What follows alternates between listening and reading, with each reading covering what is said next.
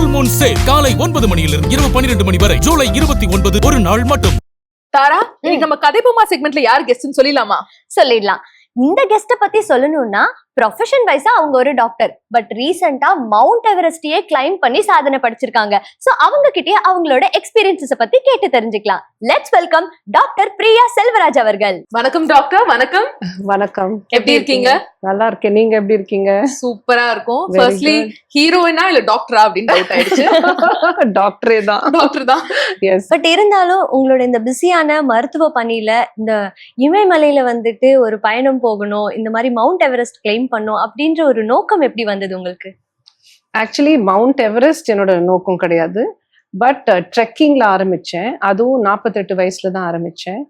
And அது வந்து இந்த கோவிட் இயர்ஸ் வந்து 2021 2020லேருந்து ஆரம்பிச்சதுல. ஸோ 2021ல தான் நான் அந்த ஆரம்பிச்சேன். அந்த கோவிட் இயர்ஸ் அப்புறம் என்னோட சில மனக்கவலைகள், பிகாஸ் எங்க அப்பாவை நான் எழுந்தேன் அந்த ஃபர்ஸ்ட் வேவ்லயே.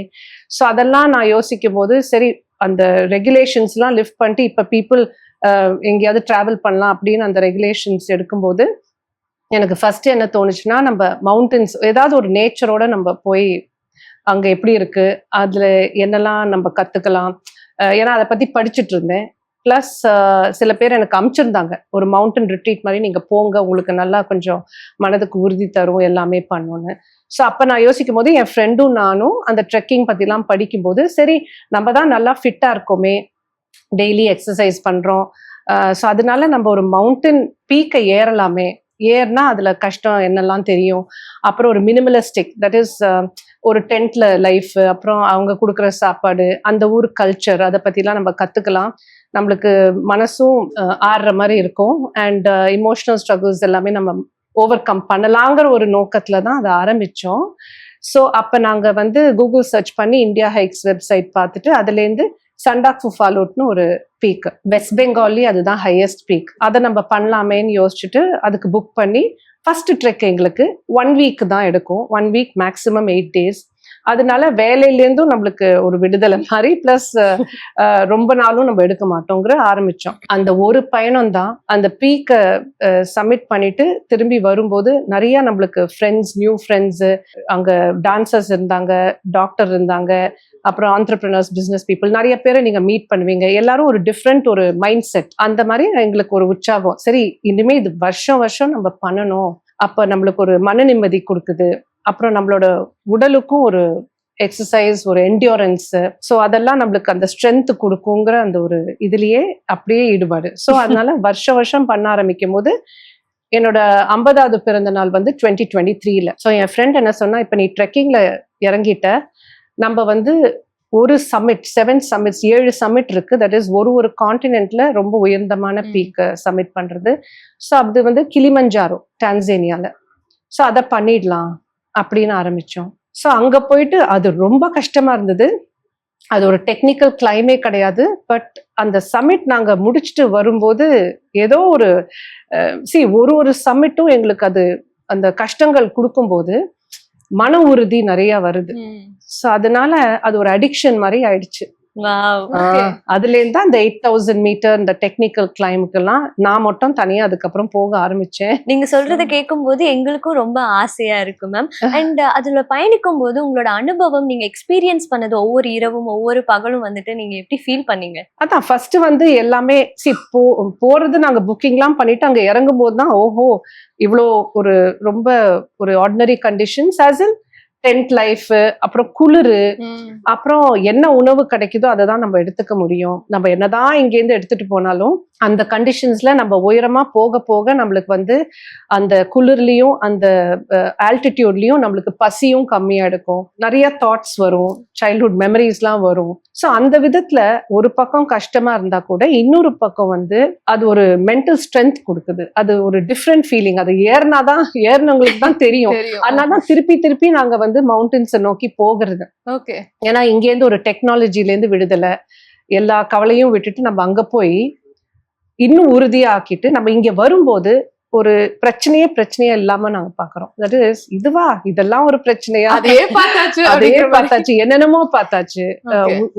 உயிராபத்துக்கு வர மாதிரி சிச்சுவேஷன்ஸ்ல நம்ம இருந்திருக்கோம். ஸோ அதனால இதெல்லாம் ஒரு பிரச்சனையே இல்லை. நம்ம பெர்ஸ்பெக்டிவ்ஸ் ஆன் லைஃபே, நம்ம லைஃபே வேற விதத்துல பாக்குற மாதிரி. But once again congratulations ma'am for this biggest Thank achievement. ஏன்னா சிங்கப்பெண்ணா நீங்க எங்களுக்கு முன்னாடி உட்கார்ந்துருக்கீங்க, எங்களுக்கு ரொம்ப சந்தோஷமா இருக்கு. ஏன்னா இதே மாதிரி நிறைய நீங்க அச்சீவ் பண்ணிக்கிட்டே இருக்கணும். மவுண்டன்ஸ் மெடிசின் MM, சோ பயங்கர கெமிஸ்ட்ரி இருக்கு. given a chance mountains choose பண்ணுவீங்களா, மெடிசின் சூஸ் பண்ணுவீங்களா? அதுல எப்படி ஏன் ரெண்டுமே இப்ப பண்ணலாமே, நான் பண்ணி காமிக்கல. but hypothetically இன்னொன்னு, no, I think I will choose medicine. Medicine is healing. அந்த மெடிசன்ல இருந்து நம்ம இன்னும் நம்ம நல்லா பண்ணோம்னா மவுண்டன்ஸ் கிட்ட போகலாம். Mountain becomes your treatment. Okay. மவுண்டன்ஸ்க்கு எதுக்கு போறாங்கன்னா, அவங்க அந்த மாதிரி ஒரு மைண்ட் செட் இருக்கிறவங்க வந்து தனக்கு ஏதாவது இங்க ஒரு பாதிப்புகளோ இல்ல ஒரு ஏதாவது ஒரு நஷ்டம், ஏதாவது ஒரு மெமரிஸை பிளாக் பண்ணணும், இல்ல ஒரு இமோஷனல் ஹெல்த்துக்கு மன உறுதி, தன்னம்பிக்கை எல்லாமே பில்ட் பண்றது ஒரு நம்மளையே நம்ம ஒரு சிச்சுவேஷன்ல கொண்டு போய் ஒரு சேலஞ்சிங்கான ஒரு சிச்சுவேஷன்ல போய் இறங்கும் போது தான் நம்மளுக்கு தெரியும் நம்மளுக்கு எவ்வளவு ஸ்ட்ரென்த் இருக்கு, எப்படி நம்ம அதை அவங்க கிட்ட இருந்து எக்ஸ்பெடிஷன் லீடர்ஸ் கிட்ட இருந்து கத்துக்கலாம், நியூ திங்ஸ் கத்துக்கலாம், ஒற்றுமையும் இருக்கும், டீம் ஒர்க் இருக்கும். ஸோ நிறைய பாடங்கள் மவுண்டன்ஸ்ல இருந்து நீங்க உங்களோட டெய்லி லைஃப்க்கு கொண்டு வரலாம். இப்ப நான் வந்து டைரக்டர் ஆஃப் ஜிஜி ஹாஸ்பிட்டல்னா எப்படி ஒரு டீம் ஒர்க்கு, அப்புறம் எப்படி ஒரு சேலஞ்சிங் சிச்சுவேஷன்ஸ், பயங்கரமான சிச்சுவேஷன்ஸ், ஒரு கேஸ், டிஃபிகல்ட் கேஸ், இதெல்லாம் ஹேண்டில் பண்றதுக்கு ஒரு நிம்மதியா இருக்கணும். நம்ம ஆங்கிரியா இருக்கக்கூடாது, கோவம் வரக்கூடாது, அப்புறம் ஒரு ப்ராப்ளமை எப்படி சால்வ் பண்ணுங்கிற அந்த ஒரு மன உறுதி, ஓகே, ஒரு மன நிம்மதி எல்லாமே. அண்ட் பேசும்போது நீங்க வந்து சொன்னீங்க உயிருக்கு ஆபத்தான சிச்சுவேஷன்ஸ் கூட நான் இதுல ஃபேஸ் பண்ணேன் அப்படின்ட்டு. ஏதாவது ஒரு சிச்சுவேஷன் எங்க கூட ஷேர் பண்ண முடியுமா? ரெண்டு மவுண்டன்ஸும் இந்த 8000 மீட்டர் பீக்ஸ்னா அது வந்து அந்த ஹை ஆல்டிடியூட் டெத் ஜோன். அதுல வந்து ஆக்சிஜன் வந்து ஒரு 33% தான் இருக்கும், அங்க ஆக்சிஜன்ல தான் இருக்கணும் நம்ம. ஸோ அந்த மாதிரி ஹை ஆல்டிடியூட் நம்ம ஏறி அதை இறங்கும் போது தான் பாதிப்புகளே வரும். மெனி பீப்புள் வந்து உயிரை தொலைக்கிறது வந்து அந்த டிசென்ட்ல தான். ஏன்னா நம்ம அந்த சமிட் அடிக்கிறதுக்கு முன்னாடி நம்ம அந்த மன உறுதியோட போறோம், அண்ட் ஒண்ணு முடிச்சதுக்கு அப்புறம் நம்ம உடம்பே வந்து it will start giving up. இப்ப நான் டயர்டா இருக்கேன், எனக்கு முடியல, கால் கையெல்லாம் வலிக்குது, எல்லா வலியும் தெரிய ஆரம்பிக்கும். ஸோ அந்த டிசென்ட்ல நம்ம டயர்ட் ஆயிடுவோம். ஸோ அவங்க எப்போதுமே ஒரு டேர்ன் அரவுண்ட் டைம் கொடுப்பாங்க மவுண்டன்ஸ்ல. இப்போ எவரெஸ்ட்டுக்கு எடுத்துக்கிட்டீங்கன்னா 2 மணிக்கு முன்னாடி நீங்க போய் மேலே சேரலைன்னா உடனே ரிட்டர்ன் ஆயிடணும். பிகாஸ் வெதர் மாறும், குளிரா விண்ட்ஸ் அடிக்கும், ரொம்ப ஃபாஸ்ட் ஸ்பீட்ல அடிக்கும், அப்புறம் ஆக்சிஜனும் கம்மி, ஆவலான்ச் வரும், ஐஸ் கட்டிகள்லாம் விழுந்து ஸ்டோன்ஸோட விழுறது. ஸோ அதில் நிறைய பேர் பதிஞ்சு போயிடுவாங்க. ஸோ அதனால டிசென்ட் ரொம்ப முக்கியம். அந்த டிசென்ட் நான் பண்ணும்போது ஒரு பகுதி வந்து ரொம்ப டேஞ்சரஸான ஏரியா, அது கும்பு ஐஸ் ஃபால்னு பேரு. அந்த அடிப்பாதையில இருக்கும், எவரெஸ்டோட அடிப்பாதை, பேஸ் கேம்போட நடுவுல கும்பு ஐஸ் ஃபால் ரீஜன் ரொம்ப டேஞ்சரஸ். ஸோ அதுல வந்து நிறைய பேர் உயிர் தொலைக்கிறதுக்கும் வாய்ப்பு இருக்கு.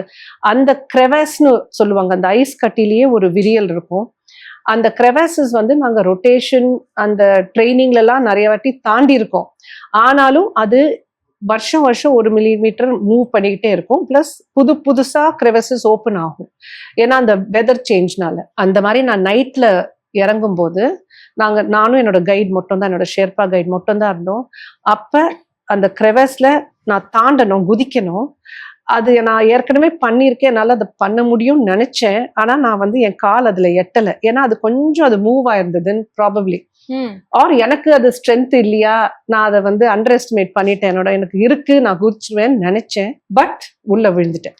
ஓ மை காட். அண்ட் கிரெவிசஸ் யார் பார்த்தா கீழே எவ்வளவு ஆழம்னு, அதுவும் it was around midnight, எவ்வளோ ரொம்ப நைட்ல தான் நான் இறங்கினேன் அந்த ஏரியால. ஏன்னா அப்ப என்னாச்சு, ஃபர்ஸ்ட் விழும்போது நினைச்சிட்டேன் இதுதான் எண்டுன்னு. ஸோ இந்த மாதிரி ஒரு திங்கிங்கும் மவுண்டன்ஸ்க்கு போனாதான் நம்மளுக்கு அந்த ஓகே இது எண்டுனா நம்ம அந்த எண்டை அக்செப்ட் பண்ணிக்கிறோம். அந்த அக்செப்டன்ஸே மவுண்டன்ஸ்ல தான் கிடைக்கும். தலை உடம்பு எல்லாம் ஒரு அந்த வால்ல அடிச்சுக்கிட்டே கீழே இறங்குது. அப்போ திடீர்னு என்னோட ரோப் வந்து என்ன காப்பாத்திடுச்சு, என்னோட சேஃப்டி ரோப். அண்ட் அந்த சேஃப்டி ரோப் மட்டும் இல்ல நான் வந்து ரொம்ப ஓவர் கான்ஃபிடென்ட்டா அதை மாட்டாம நான் ஜம்ப் பண்ணி அட்டெம்ப்ட் பண்ணியிருந்தேன்னா அவ்வளவுதான். So because we don't know அது எவ்வளவு ஆழமா இருக்கு, ஒண்ணுமே தெரியாது. அண்ட் நைட்ல அவரு மட்டும் தான் இருக்காரு, அவரு மட்டும் தான் என்னை காப்பாற்ற முடியும். எதையுமே யாரையுமே கூப்பிடவும் முடியும். போன் இருக்கும், பட் எவ்வளவு பேர் அந்த நைட்ல வர முடியும்? அண்ட் ஹெலிகாப்டர் ரெஸ்கியூ இதெல்லாம் அன்னெசரி. ஸோ அந்த ஒரு சம்பவம் யூனோ அஃப்கோர்ஸ் நிறைய இடத்துல ஸ்லிப் ஆகி சருகி வரதெல்லாம் ஐஸ்ல அதெல்லாம் நிறைய நடந்திருக்கு. முட்டியில போய் விழுறது எல்லாம் நடக்கும். பட் இது வந்து ஆக்சுவலி ஒரு ஆழமான கிரெவஸ்ல விழுறது வந்து is the most dangerous thing. So அந்த ஒரு நிமிஷம் வந்து எனக்கு பிட்வீன் லைஃப் அண்ட் டெத் எனக்கு எல்லாமே எனக்கு தெரிஞ்சிருச்சு. ஓகே, ஒரு செகண்ட் ஒரு தவறான ஒரு ஸ்டெப்பு இதுல எவ்வளோ பெரிய ஒரு லைஃப் லெசன் எனக்கு கிடைச்சிருக்குன்னு யோசிச்சேன். பிளஸ் நானும் யோசிச்சேன், இந்த மாதிரி ஒரு சிச்சுவேஷன்ல நம்ம இவ்வளோ காமா யோசிக்கிறோமே, அதுவும் இந்த மலை தான் நம்மளுக்கு சொல்லி கொடுத்துருக்கு. பிகாஸ் ஒரு பதட்டம் இல்லாம போறோங்கிற ஒரு முடிவு வந்துட்டு, இல்ல இன்னும் நான் உயிரோட இருக்கேன். அப்புறம் ஷேர்பா கிட்ட சொல்றேன், அவரு பதட்டப்படுறாரு, அவர்கிட்ட சொல்றேன், இருங்க நான் நல்லா தான் இருக்கேன், எனக்கு எந்த ஃப்ராக்சரும் இல்லை, ஏன்னா நான் டாக்டர், எனக்கு தெரியும் எனக்கு ஃப்ராக்சர் இருந்ததுன்னா தெளிவா இருக்கேன். ஸோ இப்ப அடுத்தது நம்ம என்ன பண்ணலாம் அதை யோசிங்க. சேஃப்டி ரோப் இருக்கு உங்ககிட்ட. அவரும் உடனே ரோப் எனக்கு போட்டுட்டு நான் அதையும் டை பண்ணிக்கிட்டு ஃபர்ஸ்ட் என் காலாலேயே நான் 2-3 ஒரு பாதி வழி வர முடிஞ்சுது. அதுக்கப்புறம் ஒண்ணுமே பண்ண முடியல. அவரோட ஸ்ட்ரென்த்லயே என்னை புல் பண்ணி உயிரை காப்பாத்தினாரு. So they are so committed அந்த ஷேர்பாஸ். பட் அந்த ஒரு பெரிய பாடம், அந்த ஒரு ரோப் நான் அவரோட பேச்சை கேட்காம அவரையும் மீறி நான் பண்ணாம இருந்திருந்தேன்னா அவருக்கும் பிரச்சனை, எனக்கும் பிரச்சனை. It's not easy thing. And மலையில 2 பேரோட உயிரும் தான் முக்கியம். என் உயிர் அவரோட பெருசு கிடையாது. ஸோ இதெல்லாம் எங்களுக்கு ஏற்கனவே சொல்லி கொடுப்பாங்க இதெல்லாமே.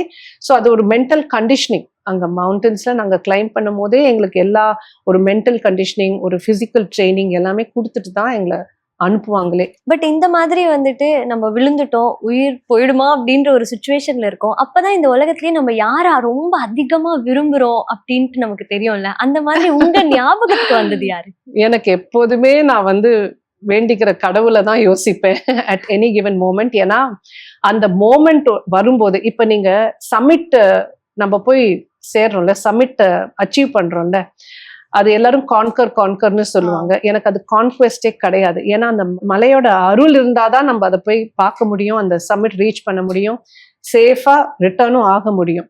அது இல்லைன்னா உயிர் எங்க வேணாலும் போகலாம். ஸோ அந்த மோமெண்ட்ல எப்போதுமே அந்த சாகர் மாதான் பேரு, மவுண்ட் எவரெஸ்ட் நேபாளி லாங்குவேஜ்ல சாகர் மாதான் பேரு. ஸோ அங்க போகும்போது எப்படி எனக்கு எந்த விதமான ஒரு தாட்டும் இல்லையோ, ஆண்டவனோட சந்நிதியில இருக்கிற மாதிரி ஒரு ஃபீலிங், ஒரு சேக்ரெட் ஸ்பேஸ் மாதிரி. ஸோ ஃபர்ஸ்ட் நம்ம வணங்குவோம், வணங்கிட்டு ப்ரேயர் பண்ணுவோம்.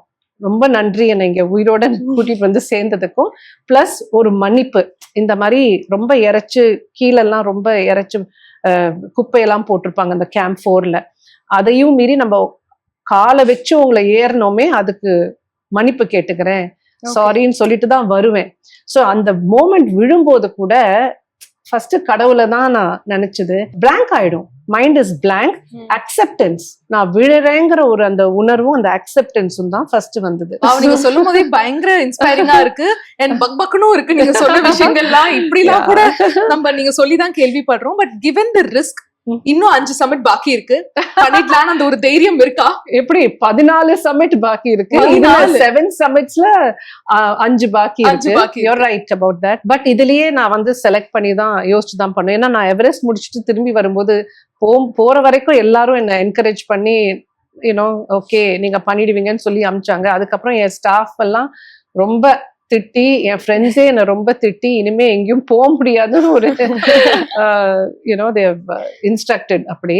ஓகே, பட் பார்க்கலாம். நீங்க தான் பண்ணிடுவீங்க போல இருக்கு. அதான் 2 பண்ணிட்டு வந்துட்டீங்க, அதுவும் at the age of 50 and all. நினைச்சு கூட யோசிக்க 52. I'll correct you. Okay, fine. So above 50. அது வந்து கூப்பிட்டுக்கிட்டே இருக்கும். நம்ம இப்போ அது மலை நம்மள கூப்பிட்டுக்கிட்டே இருக்கும். அண்ட் அதே மாதிரி நீங்க வந்து இவ்ளோ ஒரு பெரிய ஒரு ஸ்டெப் எடுக்கும் போது, பெரிய மவுண்டன் வந்து கிளைம் பண்ணிட்டு இருக்கும் போது, கண்டிப்பா உங்களோட ஸ்டாஃப்ஸ் எல்லாம் வந்து உங்களை ரொம்ப மிஸ் பண்ணுவாங்கல்ல. யார் பயங்கரமா உங்கள்ட்ட செக் பண்ணிக்கிட்டே இருந்தாங்க, நாம எங்க இருக்கீங்க? என்னோட கூட வந்திருக்கிறவங்க தான் என்னோட HR சுகுணா அண்ட் ஸ்ரீமதி. அங்க இருக்கும்போது நம்மளுக்கு தொடர்பு அந்த இது வைஃபை எல்லாம் ரேர் தான். ஸோ அந்த வைஃபைக்கும் நாங்க காசு கொடுத்து தான் அந்த கிடைக்குமே. ஸோ பேஸ் கேம்ப்ல ஓரளவுக்கு கிடைக்கும் எலக்ட்ரிசிட்டி அண்ட் வைஃபை. மற்ற கேம்ப்ஸ் நம்ம ஏறும்போது கேம்ப் 2ல கொஞ்ச நாளைக்கு இருக்கும், அதுக்கப்புறம் ஒண்ணுமே கிடையாது. Okay. ஸோ நான் 1 பாயிண்ட் கான்டாக்ட் தான் வச்சுப்பேன். ஏன்னா மற்றவங்களை யாரையும் நான் டிஸ்டர்பும் பண்ணக்கூடாது, அவங்க எல்லாருக்கும் கவலையோட உட்காந்துட்டு இருப்பாங்க. ஸோ நான் எப்போதுமே அவங்க சுகுணா கிட்ட நான் மெசேஜ் போடுவேன், அதை எல்லாருக்கும் கன்வே பண்ணிடணும். ஸோ நானும் எல்லாருக்கும் கூப்பிட்டு அண்ட் அஃப்கோர்ஸ் என் சில்ட்ரன் எனக்கு ட்ரெயின் பண்ண கோச் மெயினா, மற்ற family members, in-laws, husband and my mother எல்லாம் வில் பி ஒன்லி வரிட்ல. அவங்களுக்கு எல்லாமே கவலையே தான் இருக்கும் தவிர they you can't tell them, எதுவுமே ஷேர் பண்ண முடியாது. ஃபுல்லாவே என்ன நடந்தது, எப்படி கஷ்டப்படுறேன், அதெல்லாம் நம்ம சொல்ல முடியாது. பட் இவங்க கிட்ட எல்லாமே சொல்லலாம், என்னோட ஸ்டாஃப் கிட்ட எல்லாமே சொல்லலாம். And so she was 1 point contact அப்படி. ஓகே. அண்ட் மேம் உங்ககிட்ட ஒரு விஷயம் கேட்கணும். நல்ல ஒரு ரெப்யூட்டடான ஃபேமிலில இருந்து வரீங்க அண்ட் பெரிய ஹாஸ்பிட்டலுக்கு டைரக்டரா இருக்கீங்க, நிறைய ஜுவல்லரி அந்த மாதிரி உங்ககிட்ட இருந்து நான் எக்ஸ்பெக்ட் பண்ணேன். பட் ஆனா கழுத்துல த்ரெட், கையில த்ரெட், சோ அது என்ன ஸ்டோரின்னு சொல்ல முடியுமா? மலைகள் எனக்கு சொல்லி கொடுத்த ஒரு story. So this is from Kolavizhi Amman, மயிலாப்பூர்லேருந்து. எப்போதுமே அவங்கள வணங்கிட்டு தான் நான் மலை ஏறுவேன். அண்ட் நேபாளோட ட்ரெடிஷன் தட் இஸ், நம்ம ஒரு மலை ஏறதுக்கு முன்னாடி அந்த அந்த டிராவல், அந்த இப்போ ஒரு பேஸ் கேம்ப் நாங்கள் நெருங்கும் போதே டெங்போச்சே மொனஸ்ட்ரின்னு ஒன்று இருக்கும். அதே மாதிரி அந்த கேம்ப்லயே பேஸ் கேம்ப் நாங்கள் ரீச் பண்ணதுக்கு அப்புறமும் ஃபர்ஸ்ட் ஒரு பூஜை செரமனி பண்ணிட்டு தான் நாங்கள் வந்து ஏற முடியுமே. It's a tradition. ஸோ அப்போ வந்து அந்த நேபாளி மங்க்ஸ் வந்து ப்ரேயர் சொல்லி ஓதி அப்புறம் எல்லாருக்கும் இந்த கழுத்துல த்ரெட் போடுவாங்க. ஸோ இப்போ நான் 2 கலெக்ட் பண்ணியிருக்கேன். ஒன்று வந்து மனஸ்லூலேருந்து, இன்னொன்று வந்து எவரெஸ்ட்லேருந்து. ஸோ அதை நான் கழட்டவே இல்லை. ஏன்னா இப்போ தொடர்ந்து நான் வந்து மற்ற மலைகள் ஏறணும்னா எனக்கு அந்த பிளெஸ்ஸிங்ஸ் வேணும். சோ அது இருக்கிற வரைக்கும் நான் வச்சுப்பேன். அண்ட் அதே மாதிரி இந்த கேள்வி கண்டிப்பா கேட்டே ஆகணும். தாத்தா வந்து லெஜெண்டரி ஆக்டர் நம்ம ஜெமினி கணேசன் சார். சோ அவரோட மூவிஸ் இப்ப வரைக்கும் நம்ம கொண்டாடிட்டு இருக்கோம். சோ நீங்க பேத்தியா நீங்களும் சினிமா இண்டஸ்ட்ரிக்கு வருவீங்க, உங்களையும் வந்து ஒரு ஹீரோயினா பாப்போம் அப்படின்னு எதிர்பார்த்தோம். பட் ஆக்சுவலா டாக்டரா மாறிட்டீங்களே, எதனால doctor side? I don't know. அப்ப வந்து அது மட்டும் தான் எங்களுக்கு தெரிஞ்சது. தோ எங்க தாத்தா ஆக்டர் அதெல்லாம் பார்த்து ஷூட்டிங் ஸ்பாட்ஸ் எல்லாமே பார்த்தாச்சு. பட் வீட்டுல வந்து ஒரு நியூக்ளியர் ஃபேமிலியா நம்ம 4 பேர் இருக்கும்போது அப்பா அம்மா கடுமையா அந்த மெடிக்கல் துறையில தான் பண்ணியிருக்காங்க. ஸோ அதனால அதையே பார்த்து பார்த்து பழக்கம் ஆயிடுச்சு. வேற எதுவுமே தோணல. ஆக்சுவலி அந்த இன்ட்ரெஸ்டே வரல. அது நானே இப்ப யோசிக்கிறேன் எப்படின்னு. பட் அதுவே தான் எங்களுக்கு தெரிஞ்சது. ஏன்னா ஹாஸ்பிட்டல் கட்டுறதுக்கு முன்னாடியும் 2 கிளினிக் இருந்தது. ஒன்னு ராஜ்கமல் கிளினிக் வீட்டுக்கு கீழே, நாங்க மேல குடியிருப்போம், கீழே வந்து ராஜ்கமல் கிளினிக், அதுக்கப்புறம் பாப்ஜி கிளினிக்ல டி நகர்ல இருந்து. ஸோ எப்போதுமே நாங்க வந்து 2 பேரும் இங்க கன்சல்டேஷன் பார்த்துட்டு அங்க போய் கன்சல்டேஷன் பார்த்துட்டு நைட்டு 1 மணிக்கு தான் வீட்டுக்கு வருவாங்க. சம்டைம்ஸ் நான் முழிச்சுக்கிட்டே இருப்பேன், எப்படா அப்பா அம்மா வருவாங்கன்னு. ஸோ அதுவே நம்ம பார்க்கும்போது அது மனசுல பதிஞ்சிரும், ஓ நம்மளும் டாக்டர் ஆகணும்னு. ஐ திங்க் எங்க அப்பாவும் அதுக்கு ஒரு காரணம். லைக் ஹி செட், என்னதான் துறைகள் இருந்தாலும் நீ மெடிசின் படிக்கிறது பெட்டர். கொஞ்சம் என்ஃபோர்ஸ்மெண்ட். ஆனா இந்த காலத்துல நிறைய சாய்ஸஸ் இருக்குல்ல. ஸோ நான் அதை என் பசங்களுக்கு என்ஃபோர்ஸ் பண்ணல, அவங்களாவே சூஸ் பண்ணது. 3 டிஃப்ரெண்ட் ஒகேஷன்ஸ். என் மூத்தவ வந்து masters in hospital administration. So அது எனக்கு தேவை. ஏன்னா அட்மினிஸ்ட்ரேஷன் உங்களுக்கு கிளினிக்கல் ஒர்க்கோட அதுதான் கஷ்டம்.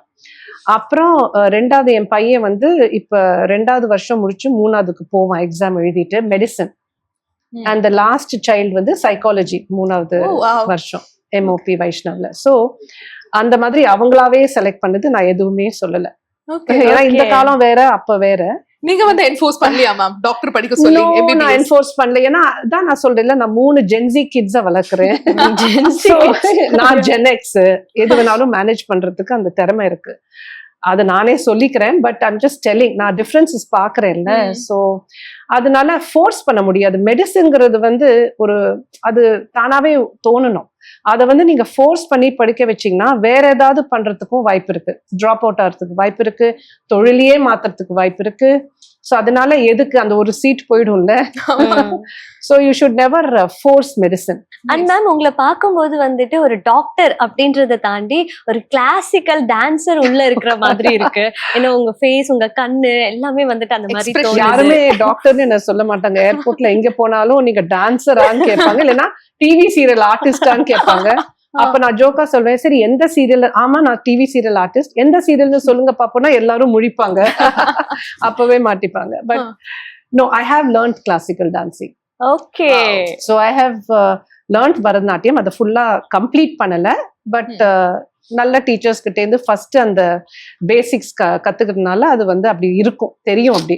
அண்ட் அதே மாதிரி இப்ப நம்ம பார்த்தோம்னா முன்னாடிலாம் நம்மளோட பாட்டி காலத்துல தாத்தா காலத்துல எல்லாம் வந்து நிறைய பசங்க இருப்பாங்க, ஒரு 8-9 பசங்க வந்து பெத்துட்டு இருந்தாங்க. பட் இப்படியே போக போக ஜெனரேஷன் வந்து அப்படியே ஆக ஆக இப்ப என்னன்னா வந்து ஒரு குழந்தை 2 குழந்தை இல்லாட்டி டிங்க்ங்கிற ஒரு கான்செப்ட் வந்துச்சு, டியூவல் இன்கம் நோ கிட்ஸ் அப்படிங்கிற மாதிரி கான்செப்ட்லாம் இப்ப போயிட்டு இருக்கு. சொல்லிட்டீங்க, there's another name also for that anyways. Okay, இது டிவில சொல்ல முடியாது. ஓகே, சோ அந்த மாதிரி இப்ப வந்து அந்த growth rate, அதாவது பர்த் ரேட்டே வந்து குறைஞ்சிடுது இல்ல, இதுக்கான ரீசன் என்னன்னு நினைக்கிறீங்க? நீங்களே பாக்குறீங்களா அந்த காலத்து லைஃப் ஸ்டைல் என்ன, இந்த காலத்து லைஃப் ஸ்டைல் என்ன, நிறைய காம்படிட்டிவ் அரீனாஸ். அண்ட் அப்புறம் நம்மளே சொல்றோம் கல்வி இருக்கணும், ஃபைனான்சியல் இண்டிபெண்டன்ஸ் இருக்கணும், நம்ம நிறைய விமனை என்கரேஜ் பண்றோம், ஏன்னா அது பெஸ்ட் பெண்களுக்கு இந்த காலத்துல அந்த மாதிரி இருக்கணும். கரெக்ட். ஸோ அதனால அவங்களே வந்து அந்த நம்பர் ஆஃப் இயர்ஸ் எஜுகேஷன், ஒரு ஜாப் அப்படின்னு பார்க்கும்போது பேலன்ஸ் பண்ணணும், மல்டி டாஸ்கிங் இருக்கணும். சம்டைம்ஸ் அது இல்லை, நம்ம ஒரு தொழிலை நோக்கியே ஒரு ஆம்பிஷனை நோக்கியே நம்ம போகும்போது மேரேஜ் எல்லாமே போஸ்ட்போன் ஆயிடுது. இப்பெல்லாம் வந்து ஈவன் ஒரு நல்ல பார்ட்னர் செலெக்ஷனோ எல்லாத்துக்குமே எல்லாரும் டிசைட் பண்றது தான். இப்ப அப்பா அம்மா மட்டும் பார்த்து வைக்க மாட்டாங்கல்ல, பசங்களும் அதை டிசைட் பண்ணணும். ஸோ அந்த மாதிரி சாய்ஸஸ் வரும்போது அவங்க டைம் எடுத்து தான் பண்றாங்க. So every thing gets delayed. So அப்படி டிலே ஆகும்போது ஃபர்டிலிட்டியும் சம்டைம்ஸ் வில் கெட் ஹிட்ல, குழந்தை பெற்றுக்கிற தன்மையும் சம்டைம்ஸ் அது குறைவா ஆகிறதுக்கு வாய்ப்பு இருக்கு. எஸ்பெஷலி 30 வயசு நம்ம தாண்டினா அதெல்லாம் யோசிக்கணும் நம்ம.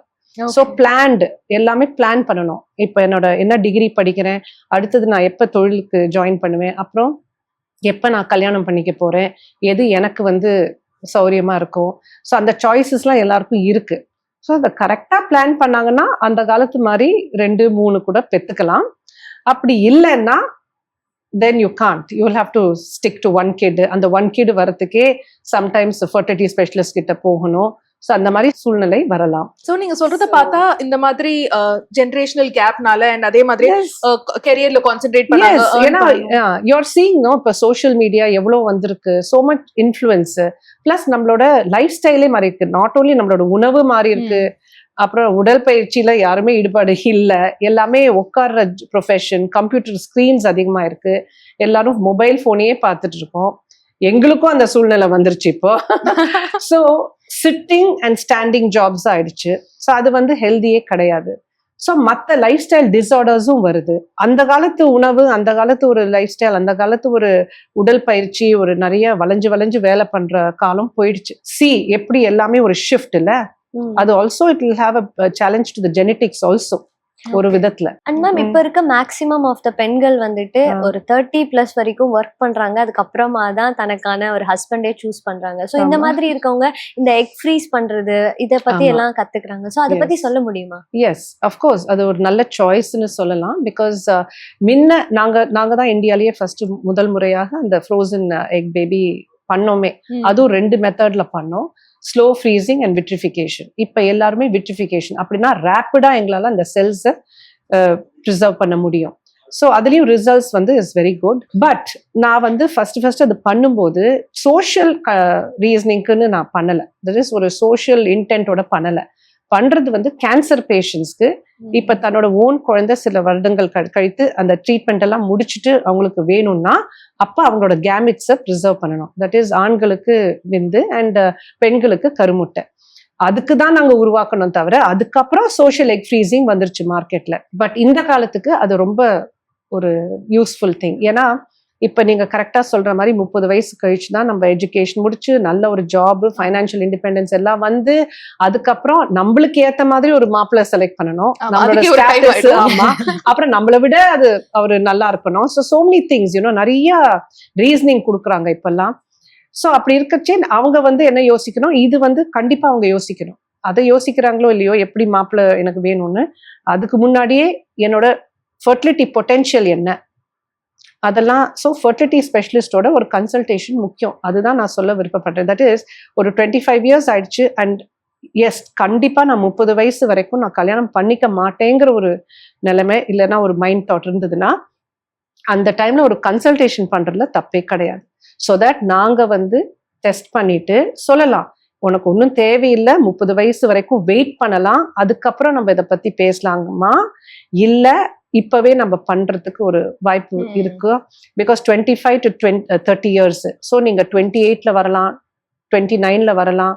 அந்த ஒரு சுச்சுவேஷன் இருக்கான்னு அவங்க ஃபேமிலி ஹிஸ்டரி எடுத்து மெனோபாஸ் ஏஜ் ஆஃப் மெனோபாஸ் இந்த ஃபேமிலியில மாதவிடாயே கம்ப்ளீட்டா நிற்கிறது எப்ப அவங்க குடும்பத்திலேயே அம்மா ஹிஸ்டரி, ஆண்ட் ஹிஸ்டரி, அவங்க பாட்டி ஹிஸ்டரி இதெல்லாம் தெரியற வரைக்கும் எடுக்கணும். பிளஸ் அவங்கள டெஸ்ட் பண்ணணும். பிளஸ் அவங்களுக்கு ஏதாவது இந்த மாதிரி PCOS, இப்ப அதோட டேர்ம் வந்து PMOSன்னு சொல்றாங்க. ஸோ அதெல்லாம் இருக்கா, ஸோ எண்டோமெட்ரியோசிஸ்ங்கிற வியாதி இருக்கா, இதெல்லாம் வந்து நம்ம பரிசோதனை பண்ணாதான் தெரியும்.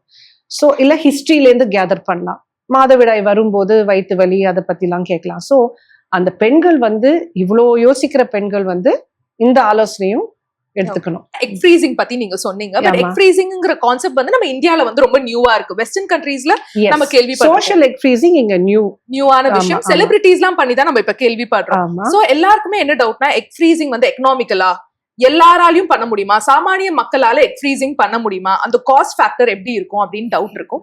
சோ அதுக்கு உங்களோட பதில். சோ எக் ஃப்ரீசிங்கிறது வந்து ஒரு சோதனை குழாய் டெஸ்ட் டியூப் பேபி எப்படி பண்றோம்னா அதுக்கு வந்து ஈஸிலி ஒரு 2 lakhs even up to 3 lakhs கூட போகலாம். பட் எக் ஃப்ரீசிங்ல என்ன பண்றோம்னா வெறும் அந்த கருமுட்டையை மட்டும் தான் சேமிச்சு வைக்கிறோம். அதுக்கு ஃபர்டிலைசேஷன் அந்த மத்த மீடியாலாம் தேவையில்லை. ஸோ அது வந்து ஹாஃப் த காஸ்ட். ஏன் இப்ப நாங்க வந்து ஒரு சப்சிடைஸ் காஸ்ட்ல கொடுக்குறோம். Because it will be young girls, unmarried girls, divorcees, யாராவது single, you know whoever is single, அவங்களுக்கு தான் இந்த கான்செப்டே அவங்க யோசிப்பாங்கல்ல. ஸோ அதனால அவங்களுக்குன்னு ஒரு சப்சிடைஸ் நாங்க மட்டும் இல்ல, மேபி அதர் ஹாஸ்பிட்டல்ஸும் கொடுக்குறாங்கன்னு நினைக்கிறேன். ஸோ அதுக்கு ஏத்த மாதிரி செலவும் it will be very nominal. ஆமா, ஐ ஒன்ட் சே, ஏன்னா டெஸ்ட் டியூப் பேபி அந்த சோதனை குழாய் ஃபுல் இது பண்ணணும்னா நீங்க வந்து இணைந்த கருவு அந்த லெவல், அதுக்கு ஃப்ரீசிங், அதுக்கு ஸ்டோரேஜ் சார்ஜஸ்லாம் வரும். எல்லாமே ஸ்டோரேஜ் சார்ஜஸ் இன்க்ளூசிவ் நம்ம வந்து சப்சிடைஸ் ரேட்ல கொடுப்போம். Because these are all single women. இந்த மாதிரி எக் ஃப்ரீசிங் ட்ரீட்மெண்ட்க்கு அந்த பெண்ணுக்கு என்னென்ன குவாலிட்டிஸ் இருக்கணும் மேம்? ஏன்னா இப்ப இருக்கவங்க நீங்க சொல்லிட்டீங்க அவ்வளோ ஒர்க் அவுட்ஸ் எல்லாம் பண்ண மாட்டோம், அதுக்கப்புறம் ஜங்க் ஃபுட்ஸ், அதுக்கப்புறம் வந்துட்டு பேட் ஹேபிட்ஸ், ஸோ இது எல்லாமே இருக்கும் இல்ல. ஸோ பிஃபோர் நீ ஒரு எக் ஃப்ரீசிங் பண்ணணும் அப்படின்னா அதுக்கு முன்னாடி ஒரு ஞானி மாதிரி என்னென்ன விஷயங்கள் ஞானி மாதிரி அட்லீஸ்ட் ஒரு மினிமம் ஒரு 3 to 6 months life style changes இருக்கணும். இப்போ ஒரு ஆல்கஹால், ஸ்மோக்கிங், அப்புறம் மல்டிபிள் செக்ஸ் பார்ட்னர்ஸ் இருக்காங்களா அதையும் நாங்க கேட்போம். அப்புறம் ப்ராசஸ்ட் ஃபுட், நீங்க சொல்ற மாதிரி ஜங்க் ஃபுட்டு, பேக்கெட்ல இருந்து என்ன வந்தாலும் அது ஒரு கெடுதல் தான். ஓகே, அது லெட்ஸ் பி ஆனஸ்ட். பிளஸ் அவங்களோட உடல் உறுப்பு, அவங்க ஒபீஸா இல்ல லீனா, அவங்களுக்கு PCOS இருக்கா, வேற ஏதாவது குறைபாடுகள் இருக்கா, ஸோ இதெல்லாம் இதுக்கு ஏத்த மாதிரி நாங்க அட்வைஸ் கொடுத்து ஒரு லைஃப் ஸ்டைல் பிளானே போட்டுடுவோம். Exercise nutrition program we are offering. So அதுல வந்து diet, nutrition plan, exercise with a coach, இதெல்லாம் நம்ம ஆஃபர் பண்ணோம்னா இட்ஸ் another thing. ஆர் அவங்களே வெளியில எங்கேயாவது ஜிம் ஒரு நியூட்ரிஷனிஸ்ட் வச்சிருந்தாங்கன்னா it will help them. So definitely minimum 3 to 6 months life style modification, பழக்க வழக்கங்கள் மாறணும். பிளஸ் நாங்களும் வந்து அவங்க கண்டிப்பா எக் ஃப்ரீசிங் பண்றாங்கன்னா அதுக்கு உண்டான சில மெடிசின்ஸ் கொடுப்போம். பேஸ்ட் அவங்களோட ரத்த பரிசோதனையில என்னெல்லாம் பார்த்திருக்கோமோ அதுல ஹார்மோன்ஸ் செக் பண்ணுவோம். FSH, LH, எஸ்ட்ரடியால், AMH நீங்க கேள்விப்பட்டிருப்பீங்க. ஸோ இதெல்லாம் நாங்க பண்ணிட்டு அதுக்கு ஏத்த மாதிரி நாங்க சில மெடிசின்ஸ் கொடுத்து வேற கண்டிஷன்ஸ் இருந்ததுன்னா அதையும் ட்ரீட் பண்ணிட்டு தான் அந்த ஹோல் ப்ரொசீஜரே நடக்கும். அதே மாதிரி எக் ஃப்ரீசிங் பத்தி பேசினதுனால கண்டிப்பா இந்த கேள்வி கேட்கணும். எந்த ஏஜ்ல வந்து எக் ஃப்ரீசிங் பண்ணா கரெக்டா இருக்கும்? இந்த ஏஜ் டு இந்த ஏஜ் பண்ணீங்கன்னா ஐடியலான ஏஜ்? எஸ், இப்ப நம்மளோட இந்தியன் பெண்களுக்கு வந்து நம்மளோட பீக் ரீப்ரொடக்டிவ் கெப்பாசிட்டி வந்து 30 வயசுக்கு கம்மியா இருக்கிறது பெட்டர். ஸோ அப்படி நீங்க எஜுகேஷனுக்கும் ஒரு அளவு கொடுத்து ஒரு ஜாப் கையில இருக்கிற மாதிரி பாத்தீங்கன்னா பிட்வீன் 25 and 30 years. நான் இது ரொம்ப மாடர்னா சொல்றேன். ஜஸ்ட் ஸோ தட் அட்லீஸ்ட் அந்த 25 yearsல அந்த சிந்தனைகள் வரும். At least we can be sure இப்பல இருந்து நம்ம பிளான் பண்ணா பிஃபோர் 30 1 childனு we can plan. Or egg freezing we can plan. அதே மாதிரி 30 to 35 அடுத்தது அதையும் ஒரு செகண்ட் இதுவா பிளான் பியா 30 to 35 எக் ஃப்ரீசிங் பண்ணலாம். பட் அந்த ஏஜுக்கும் அந்த டைம் ஃபர்டிலிட்டி பொட்டென்ஷியலுக்கும் நம்ம வந்து ரியலிஸ்டிக்கா நம்ம பேஷண்ட் கிட்ட எக்ஸ்பிளைன் பண்ணுவோம் இதுதான் உங்களோட ரிசல்ட்ஸ், இவ்வளோ டைம் இருக்கு, நீங்க ஒரு 1 year எடுக்கலாம், இல்ல 32 yearsல நீங்க திரும்பி வரலாம், அதெல்லாம் நாங்க தான் சொல்லணும். பட் 35க்கு மேல வரும்போது உங்களோட ஃபர்டிலிட்டி ரேட் கொஞ்சம் டிக்ளைன் ஆகும். ஸோ நம்ம வந்து மற்ற நாடோட கம்பேர் பண்ண முடியாது. ஏன்னா அவங்களோட ஜெனட்டிக்ஸே வேற, நம்மளோட ஜெனட்டிக்ஸ் வேற. நம்மளுக்கு அந்த காலத்துல இருந்து சின்ன வயசுலயே கல்யாணம் பண்ணி சின்ன வயசுலயே குழந்தை பெற்றுட்டு மெனோபாஸும் ஓரளவுக்கு இருந்துட்டு வந்தவங்க அந்த காலம். பட் இப்ப வந்து எல்லாமே போஸ்ட்போன் ஆகுது. ஸோ அவங்களுக்கு அந்த மாதிரி ஜெனட்டிக்ஸ் இல்லை, அந்த காலத்து மாதிரி இல்லை. வெரஸ் வெளிநாட்டுலலாம் ஃபாரினர்ஸ்லாம் லேட்டாக தான் எல்லாம் பண்ணுவாங்க. அண்ட் அவங்களோட உணவு வேற, அவங்களோட உடல் உறுப்பு வேற, அவங்களோட ஹோல் எக்ஸசைஸ் பேட்டர்னோ லைஃப் ஸ்டைலோ எல்லாமே வேற. ஸோ அவங்களோட நம்ம கம்பேர் பண்ண முடியாது. ஸோ இந்த இந்தியன் பெண்களுக்கு நான் கொஞ்சம் ஏர்லியாவே நீங்க இதெல்லாம் யோசிச்சு பண்ணணும்னு சொல்லிடுவேன். 35 இயர்ஸ்லேருந்து கருமுட்டை கிடைக்கிறது வந்து கொஞ்சம் லோவரா கிடைக்கும். நம்மளுக்கு தேவையானது ஒரு 10-15 இருந்தா அட்லீஸ்ட் நம்ம ஒரு பிரெக்னன்சி உருவாக்கலாங்கிற அந்த ஒரு சக்சஸ், அந்த ஒரு அஷூரன்ஸ் கொடுக்கலாம். பட் அதுக்கும் கம்மியா இருக்கும்போது 2-3 சிட்டிங் வர மாதிரி வரும். இப்ப சில பேருக்குலாம் நான் 4-5 எடுக்கும்போது நான் சொல்லிடுவேன், திருப்பி நீங்க 6 மாசம் கழிச்சு சேமிச்சு வைக்கிறது பெட்டர். இல்லைன்னா ஒரு வருஷம் கூட கூட வயசாயிட்டு போகும். அப்ப நம்மளோட ஓவரிஸும் டிக்ளைன் ஆகும், கருமுட்டை டிக்ளைன் ஆகும். ஸோ அதனால அதெல்லாம் சொல்லணும். ரொம்ப அழகா எக்ஸ்பிளைன் பண்ணீங்க டாக்டர். இப்போ உங்களுக்காக ஒரு ஃபன் செக்மெண்ட் காத்துட்டு இருக்கு. அந்த செக்மெண்ட் பேர் வந்து பாட்டு பாடவா. ஓகே ஓகே, நீங்க என்ன நினைப்பீங்க? நீங்க பாட போறீங்கன்னு நினைப்பீங்க. அதுதான் இல்ல, நாட் டுடே. இல்லைன்னா நான் பாடியிருப்பேன். இது முன்னாடியே சொல்லியிருந்தா நான் பிராக்டிஸ் பண்ணிட்டாவது பாடியிருப்பேன். ஆக்சுவலா ஆமா, அடுத்த ஷோ அப்ப பாட்டு கச்சேரி நாங்க வந்து எதிர்பார்க்கிறோம் உங்கள்ட்ட இருந்து டெஃபினட்டா. சோ இந்த செக்மெண்ட் எப்படி இருக்கும்னா, நாங்க 2 பேரும் வந்து பாட்டு பாடுவோம், அதுல இருந்து क्वेश्चंस கேட்போம். ஓகேவா? அதுக்கு வந்து நீங்க பதில் சொல்லணும். சரி, ஓகேவா? ஃபர்ஸ்ட் क्वेश्चन, மயக்கமா கலக்கமா மனதிலே குழப்பமா. சோ எஸ், இந்த பாடல் பேஸ் பண்ணி என்ன கேள்வியா இருக்கும்னு நினைக்கிறீங்க? அபவுட் மன உறுதி, தன்னம்பிக்கை, கஷ்டங்கள், mental health basically. Okay, correct தான். சோ நீங்க வந்து ரொம்ப குழப்பமா இருக்கிற சிச்சுவேஷன்ஸ், உங்களோட ஹார்ட் டைம்ஸ்ல எல்லாம் வந்து யார நோக்கி போவீங்க? யார்ட்ட வந்து எல்லாமே ஷேர் பண்ணுவீங்க? ஆனா நீங்க நம்ப மாட்டீங்க நான் சொன்னா. நான் ஆக்சுவலி என்னோட ப்ராப்ளம்ஸை நானே தான் யூஸ்வலா சால்வ் பண்றது. நான் ஃபர்ஸ்ட் ஆண்டவனுக்கு வேண்டிட்டு, எனக்கு பிடிச்ச டேட்டிஸை வேண்டிக்கிட்டு, என்னோட தாத்தா பாட்டி அப்பா அவங்களுக்கெல்லாம் ப்ரே பண்ணிட்டு தான் நான் டெசிஷன் மேக்கிங்கே. அப்படி ஏதாவது இருந்தா நான் ஆலோசனை, இப்ப ஒர்க் ரிலேட்டட், சப்போஸ் ப்ரொஃபஷனலா இருந்ததுன்னா ஆலோசனை என்னோட team, from my HR to my doctors to my oldest staff, அவங்க கிட்ட கேட்பேன். எல்லாரும் ஒரு சொல்யூஷன் சொல்லுவாங்க. நல்லதா இருந்தா ஏத்துக்கலாம். அப்படி நம்ம அதை கொஞ்சம் மாடிஃபை பண்ணி தான் அந்த ப்ராப்ளமை சால்வ் பண்ணணும்னா it's 50-50. No, I put my ideas also. So அந்த மாதிரி தான். அந்த மற்றபடி பர்சனல் அதெல்லாம் வந்து எப்போதுமே நானே தான் சால்வ் பண்ணிப்பேன். I don't have to run to somebody. அவ்வளோ இண்டிபெண்டன்ஸ் எனக்கு இந்த கோவிட் சிச்சுவேஷனும் இந்த மவுண்டன்ஸும் எனக்கு அவ்வளோ ஸ்ட்ரென்த் கொடுத்துருக்குன்னு சொல்லுவேன். Okay, so next song.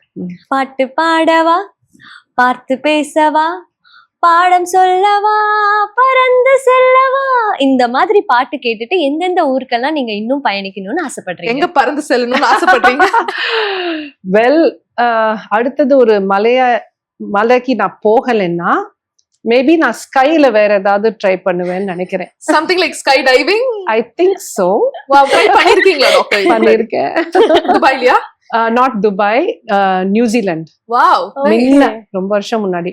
Okay, first குழந்தை பெத்ததுக்கு அப்புறம் நியூசிலாந்து. அப்பதான் டைம் கிடைச்சது ஒரு வெளிநாட்டுல போய் ஒரு ஹனிமூன்னு ஒரு பேர்ல. பட் அப்ப நான் ஸ்கை டைவிங் பண்ணிருக்கேன். Wow, nice. சோ கேட்டதுனால நான் சொல்றேன். உங்களுக்கு பயமாவே இருக்காதா மேம்? எவ்வளவு இதுவா இருக்கும். நைஸ். அடுத்த பாடல் வந்து காசு மேல காசு வந்து கொட்டுகிற நேரம் இது. எஸ், சோ காசு பேஸ் பண்ணி தான் கேள்வி. எல்லாரும் வந்து சொல்லுவாங்க டாக்டர் படிக்கிறது ரொம்ப கஷ்டம்பா, அது வந்து ஏகப்பட்ட எக்ஸாம்ஸ் எல்லாம் வேற இப்ப கிளியர் பண்ணணும்.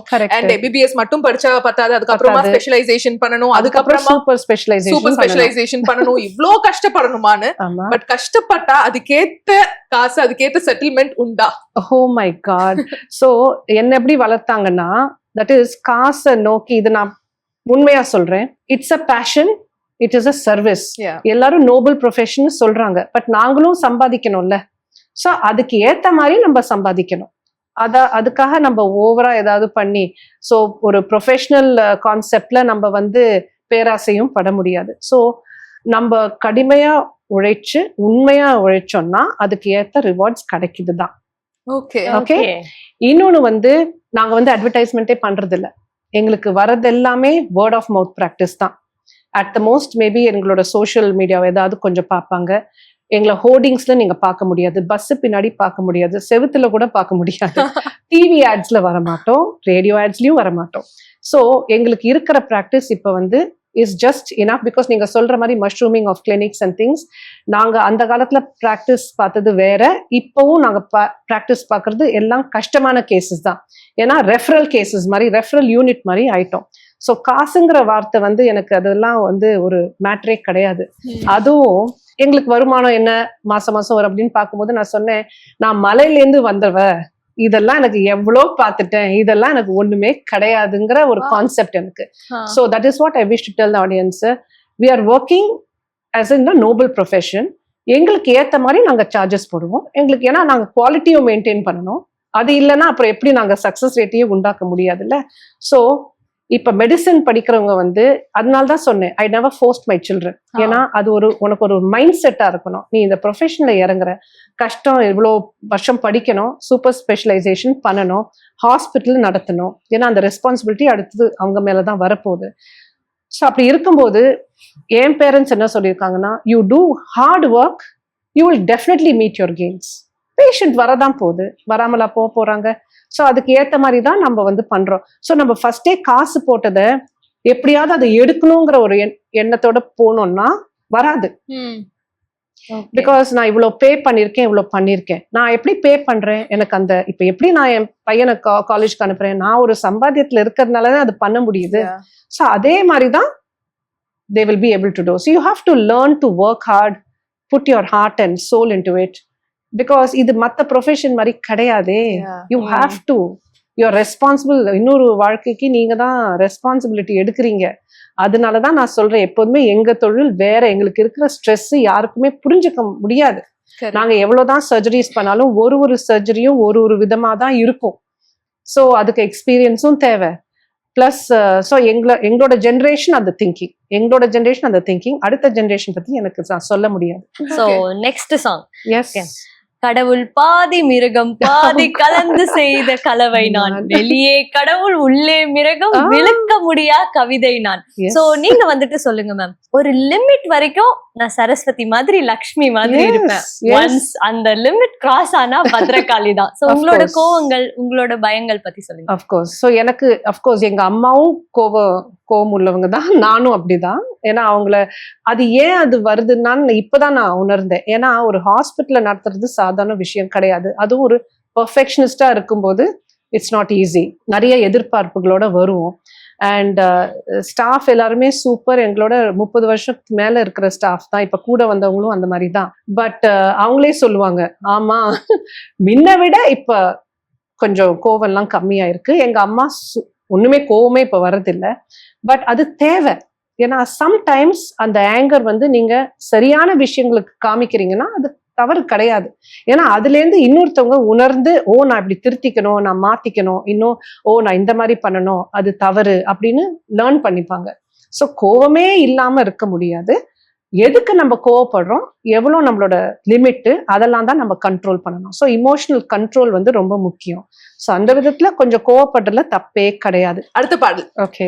தனிமையிலே இனிமை காண முடியுமா, நள்ளிரவினிலே சூரியனும் தெரியுமா, தனிமையிலே இனிமை காண முடியுமா. என்ன கேள்வி? நான் தனிமை குவீன். அப்படியா? அஃப்கோர்ஸ்.